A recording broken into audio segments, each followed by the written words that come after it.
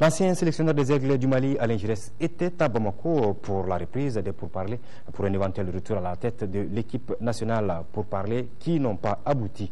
Il est au micro de Abdul Karim Kaba pour des explications. Eh bien, j'étais revenu à Bamako pour avancer et finaliser une nouvelle collaboration.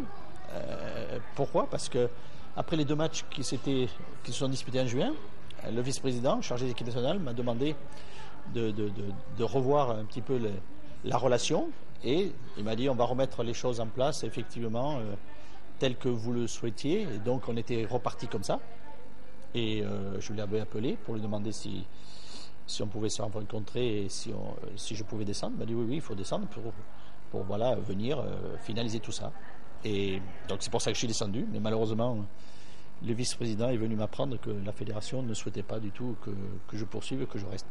Alors je suis très, très en colère parce que je suis descendu pour rien. Je trouve ça un petit peu très incorrect d'avoir cette attitude-là, d'être obligé de descendre et pour m'apprendre que ça ne sert à rien. Après un désaccord au mois de mai, pourquoi avoir opté pour revenir diriger les Aigles du Mali? Parce que la fédération me l'a redemandé. Après ces deux matchs, j'étais là à Bamako pour régler mes affaires et on me demande ça.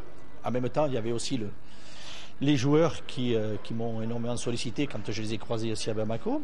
Et puis bien sûr, sans oublier les supporters dans la rue qui m'ont posé ces questions. Et comme on allait repartir sur une organisation de travail telle qui ressemblait beaucoup à ce que j'avais souhaité, donc je me disais, ben voilà, on va retrouver le même cadre et le même mode de travail. Donc c'est pour ça que j'étais pas parti parce que j'avais pas envie de rester au Mali ou sur un problème de personne.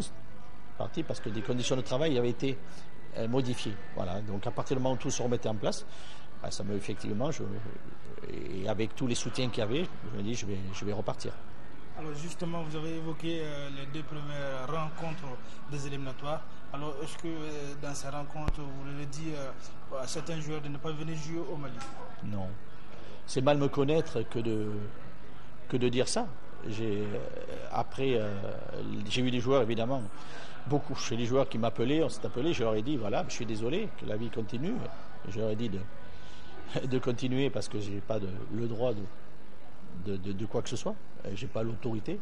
Donc je n'ai pas dit, et en vertu de quoi, et moralement vis-à-vis du Mali, non, je n'ai pas fait. Ça, ce sont des ragots qui sont dits et que je n'ai jamais dit, c'est clair.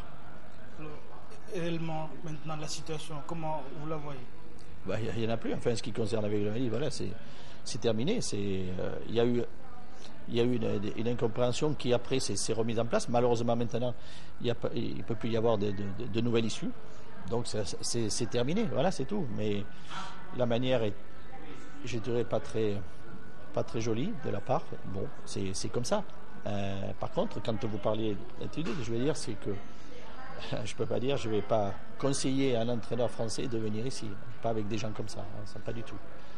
Ça c'est sûr, puisque on me demande quand on parle du Mali et que des gens sont sollicités, je peux vous dire que je leur ferai pas une bonne publicité, non pas du Mali ou du football Mali, mais des responsables. Et votre avenir? Mon avenir, pour le moment, je ne sais pas. J'ai rien. On parle.